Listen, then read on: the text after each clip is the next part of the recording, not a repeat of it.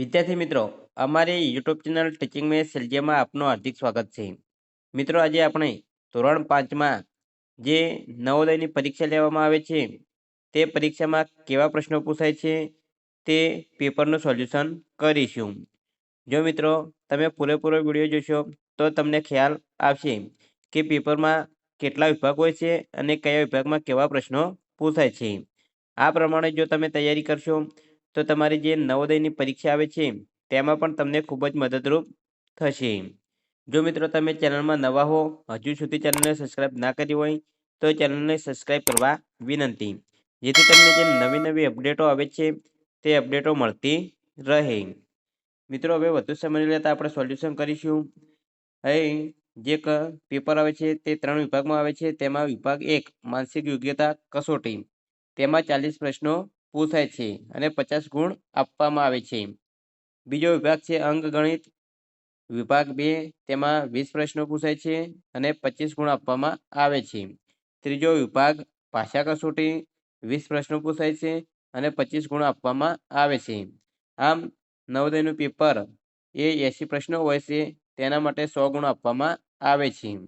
મિત્રો, હવે આપણે વધુ સમય લેતા વિભાગ એ જોઈશું. વિભાગ એમાં કેવા પ્રશ્નો પૂછાય છે.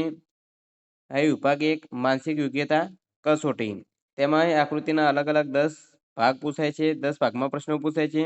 તેમાં ભાગ 1 અહીં સૂચના આપેલી હોય છે કે 4 આકૃતિ હોય છે અને 4માંથી જે અલગ પડે છે તે સાચો જવાબ હોય છે. તો વિદ્યાર્થી મિત્રો, અહીં પ્રશ્ન નંબર 1માં અહીં 4 આકૃતિ આપેલી છે. તેમાં ડી નંબરની આકૃતિ અલગ પડે છે એટલે સાચો જવાબ ડી આવશે. તમે જોઈ શકો છો કે અહીં આ બાજુ રેખા આપેલી નથી. અહીં જે આકૃતિ અને બંને બાજુ રેખાઓ આપેલી છે અને ડી નંબરની આકૃતિમાં બંને બાજુ રેખા આપેલી નથી, માટે ડી નંબરની આકૃતિ અલગ પડે છે. તે સાચો જવાબ છે. આગળ જોઈશું તો પ્રશ્ન નંબર 2. પ્રશ્ન નંબર 2માં વિદ્યાર્થી મિત્રો અહીં એ નંબરની આકૃતિ અલગ પડે છે.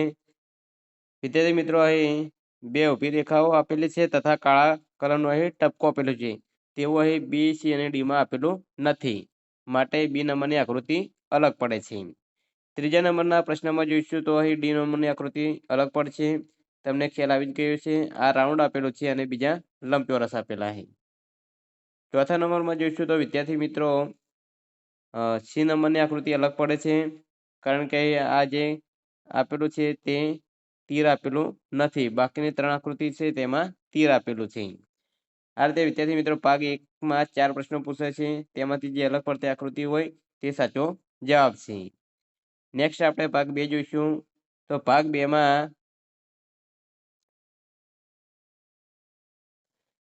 વિદ્યાર્થી મિત્રો અહીં એક પ્રશ્ન ચિત્ર આપેલું હોય છે અને તેના જેવો જ અહીં 4 ઓપ્શનમાં જે ચિત્ર હોય છે તે સાચો જવાબ થશે. તો વિદ્યાર્થી મિત્રો, અહીં પ્રશ્ન નંબર 5માં જે ચિત્ર આપેલું છે તે આપણને તેવું ચિત્ર બીજા નંબરમાં જોવા મળે છે, એટલે આપણો સાચો જવાબ બી છે. આગળ પ્રશ્ન નંબર 6 જોઈશું. પ્રશ્ન નંબર 6માં જે ચિત્ર આપેલું છે તે આપણને સીમાં જોવા મળે છે, એટલે સાચો જવાબ સી છે. પ્રશ્ન નંબર 7માં અહીં જે ચિત્ર આપેલું છે 3 રાઉન્ડ, તે 3 રાઉન્ડ આપણને બીમાં જોવા મળે છે, એટલે સાચો જવાબ બી છે. આ રીતે વિદ્યાર્થી મિત્રો ભાગ 2 છે તે પ્રશ્ન નંબર 5 થી 8 જે એક સમાન આકૃતિ મેળવવાની હોય છે. આ જે ચિત્ર આપેલું છે તે ચિત્ર આપણને એમાં જોવા મળે છે, એટલે સાચો જવાબ એ આવશે. આગળ પ્રશ્ન નંબર 3 જોઈશું. પ્રશ્ન નંબર 3માં વિદ્યાર્થી મિત્રો અહીં એક આકૃતિ આપેલો હોય છે અને ચોથો ભાગ અહીં આપેલો હોતો નથી.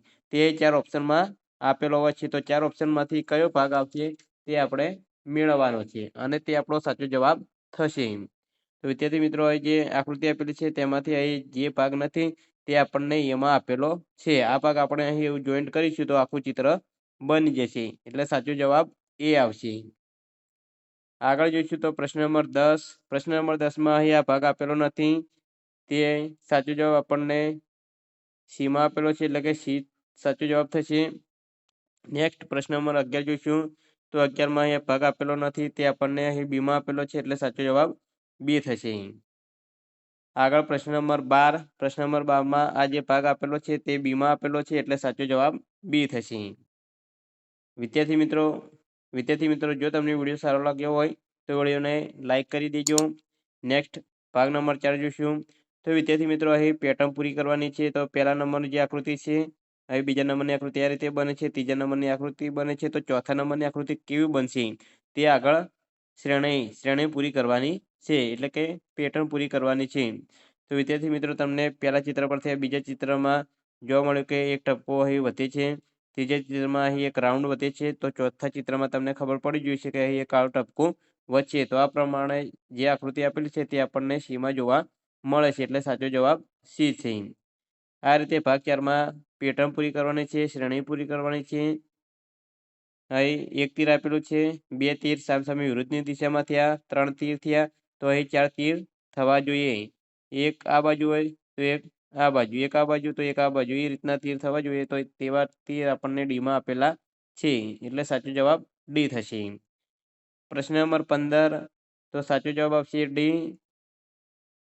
નેક્સ્ટ 16માં સાચો જવાબ અહીં આ રીતના બીજા નંબરનું ચિત્ર બન્યું, ત્રીજા નંબરનું ચોથા નંબરનું ચિત્ર આપણને જે બીમાં આપેલું છે એ રીતે બનશે, એટલે સાચો જવાબ બી છે. ભાગ 5માં અહીં વિદ્યાર્થી મિત્રો પહેલા ચિત્રને આધારે બીજા નંબરનું ચિત્ર આ રીતે બને છે, તો અહીં આ ત્રીજા નંબરના આધારે ચોથા નંબરનું ચિત્ર બનવું જોઈએ. તે રીતે અહીં પ્રશ્ન પૂછાય છે. વિદ્યાર્થી મિત્રો તમને ખ્યાલ આવી ગયો છે કે પ્રથમ નંબરમાં જે ચિત્રમાં 3 ગોળ રાઉન્ડ ઉપર છે અને ગુણાકારના ચિહ્ન નીચે છે.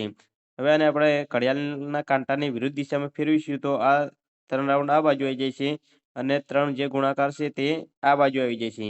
એ જ રીતે આ આકૃતિને આપણે ઘડિયાળના કાંટાની વિરુદ્ધ દિશામાં ફેરવીશું તો આપણને જે એ નંબરની આકૃતિ આપેલી છે તે પ્રમાણે જોવા મળશે. આ પ્લસનું ચિહ્ન છે તે આ બાજુ આવી જશે અને જે ચિહ્ન છે તે આ બાજુ આવી જશે, એટલે સાચો જવાબ એ થશે.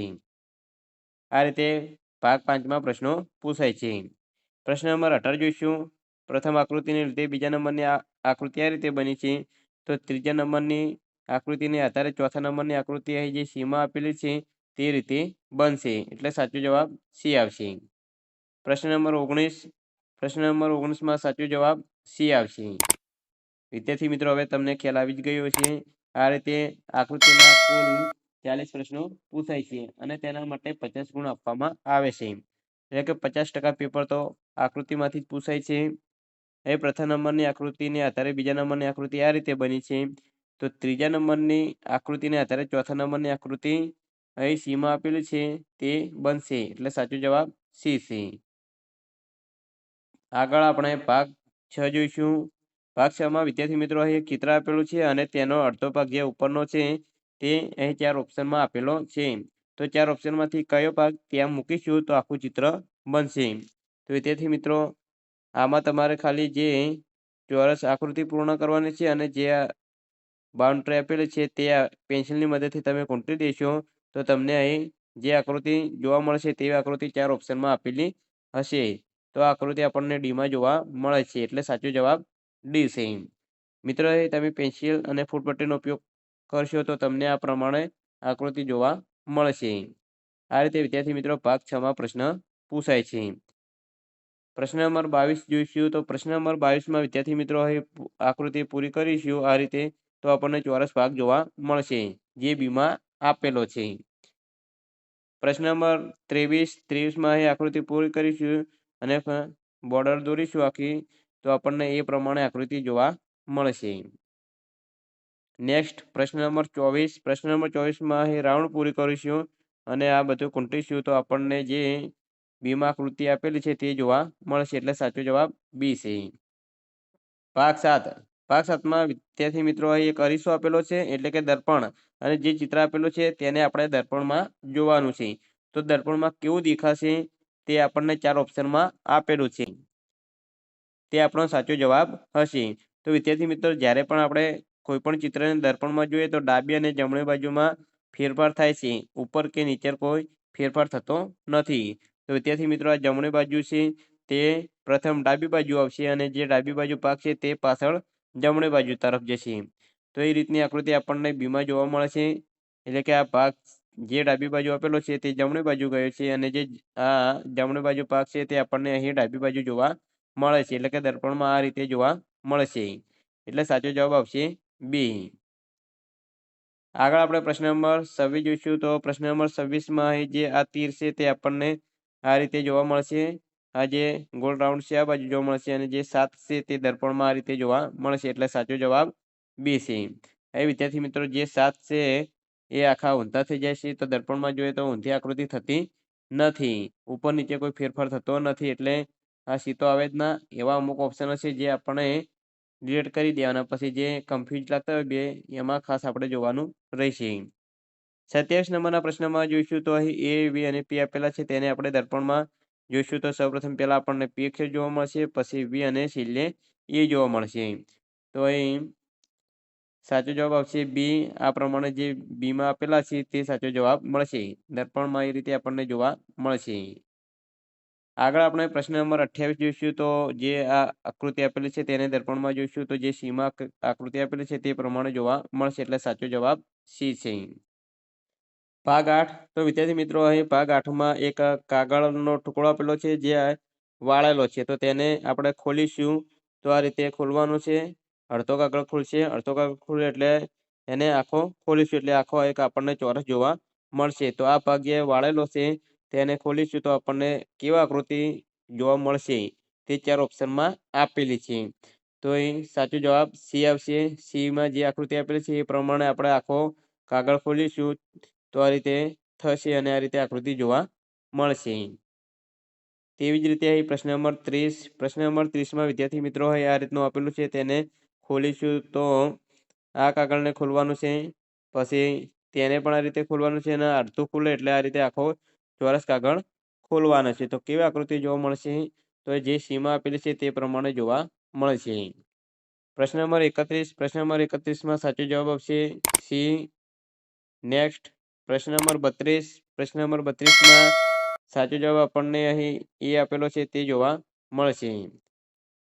આગળ અહીં ભાગ નંબર 9. તો વિદ્યાર્થી મિત્રો ભાગ નંબર 9માં અહીં અલગ અલગ ટુકડા આપેલા છે અને આ ટુકડાને આધારે અહીં એક આકૃતિ બની છે એટલે કે જેટલા ટુકડા આપેલા છે તે તમામ એક આકૃતિમાં છુપાયેલા છે તો આપણને તે ગોતવાના છે તો તે સાચો જવાબ મળશે. તો વિદ્યાર્થી મિત્રો જે તમામ ટુકડા આપેલા છે તે તમામ ટુકડા આપણને આકૃતિ સીમાં જોવા મળે છે એટલે સાચો જવાબ સી આવશે.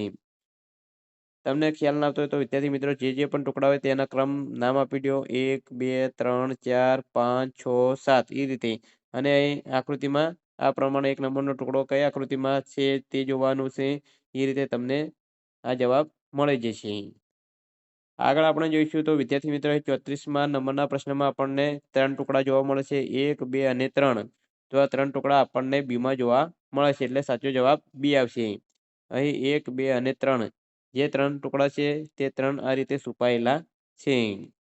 આ ઉપરાંત વિદ્યાર્થી મિત્રો તમે બીજા આગળ જોશો અહીં એ, સી અને ડી તો આ જેવા 3 ટુકડા છે એવા જોવા મળશે નહીં. પ્રશ્ન નંબર 35માં અહીં 1, 2, 3 અને 4 ટુકડા જોવા મળે છે એટલે સાચો જવાબ અહીં બી આવશે. બીમાં જે પ્રથમ નંબરનો ટુકડો છે તે અહીં આપેલો છે, બીજા નંબરનો ટુકડો છે તે અહીં આપેલો છે, આ ટુકડો છે તે અહીં આપેલો છે અને જે ટુકડો છે તે અહીં આપેલો છે એટલે કે સાચો જવાબ બી છે. બાકીના જે એ, સી અને ડીમાં આ 4 ટુકડા જોવા નથી મળતા. આગળ આપણે પ્રશ્ન નંબર 36 જોઈશું. પ્રશ્ન નંબર 36માં સાચો જવાબ બી આવશે. વિદ્યાર્થી મિત્રો અહીં ભાગ નંબર 10.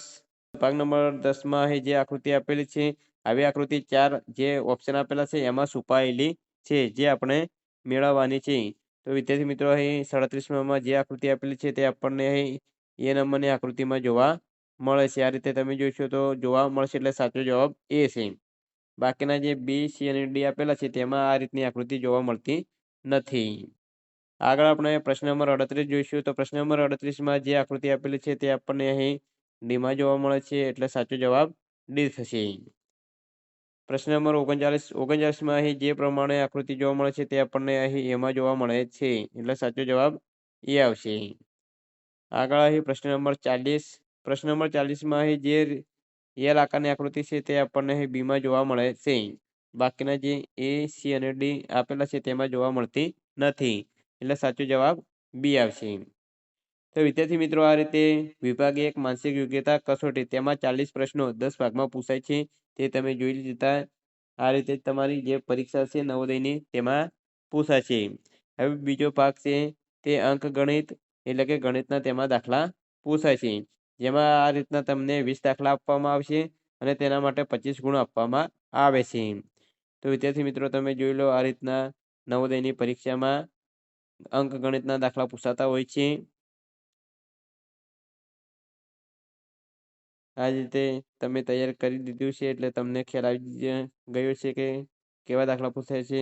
તો મિત્રો અંકો અને શબ્દોમાં તમે તૈયાર કરી દેજો. અહીં એક 54મો પ્રશ્ન પૂછાય છે કે 5555 ને કેવી રીતે લખવામાં આવે છે? તો એનો સાચો જવાબ ડી છે 5555.